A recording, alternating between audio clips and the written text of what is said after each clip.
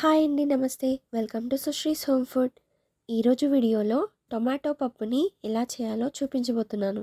Normal tomato పప్పే కదా అని అనుకోకండి. రెసిపీ పాతదే అయినా ఒక్కొక్కరు ఒక్కోలా చేస్తారు. ఇలా నా స్టైల్లో ఒకసారి చేసి చూడండి. ఇక నుంచి ఇలానే చేస్తారు. చాలా టేస్టీగా ఉంటుంది.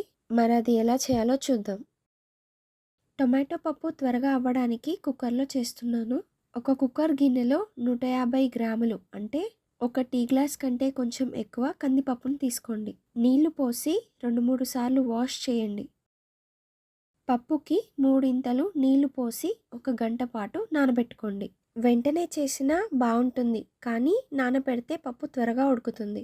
ఇందులోకి 4 పెద్ద సైజ్ టమాటోని ముక్కలుగా కట్ చేసి వేయండి.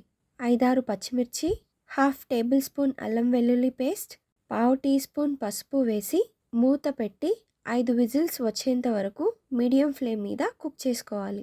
పప్పు ఉడికేలోపు అర నిమ్మ చెక్క సైజ్ అంతా చింతపండుని నానబెట్టుకోండి. 5 విజిల్స్ తర్వాత పప్పు గుత్తితో మెత్తగా రుబ్బుకోవాలి. పప్పు చాలా మంచిగా ఉడికింది. మరీ మెత్తగా కాకుండా ఇలా కొంచెం పప్పులా ఉండేటట్టు రుబ్బుకుంటే టొమాటో పప్పు చాలా బాగుంటుంది. ఇందులోకి నానబెట్టుకున్న చింతపండుతో ఒక టీ గ్లాస్ సైజ్ అంటే 100 ml వరకు చింతపండు రసం వేసుకొని కలుపుకోవాలి. ఇప్పుడు స్టవ్ మీద ఈ పప్పుని పెట్టి మీడియం ఫ్లేమ్లో ఉడికించుకోవాలి. పప్పు మరీ గట్టిగా అనిపిస్తే కొద్దిగా వాటర్ యాడ్ చేసుకోండి.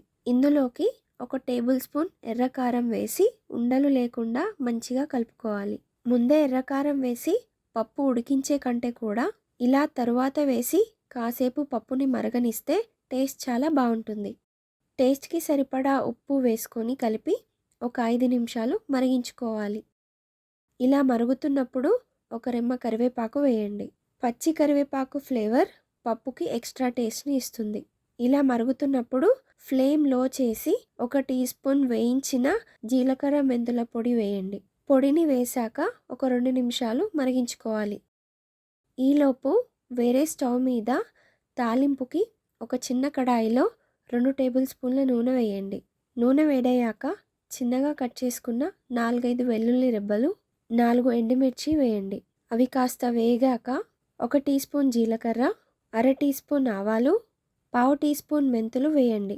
2 రెమ్మల కరివేపాకు, పావు టీ స్పూన్ పసుపు వేసి స్టవ్ ఆఫ్ చేయండి. స్టవ్ ఆఫ్ చేశాక కొద్దిగా కొత్తిమీర తరుగు వేయండి. ఈ తాలింపుని మరుగుతున్న పప్పులో వేసి కలిపి 2 నిమిషాలు మరిగించి స్టవ్ ఆఫ్ చేయండి. అంతే అండి, టొమాటో పప్పు రెడీ. అన్నం చపాతీలోకి టేస్టీగా చాలా బాగుంటుంది.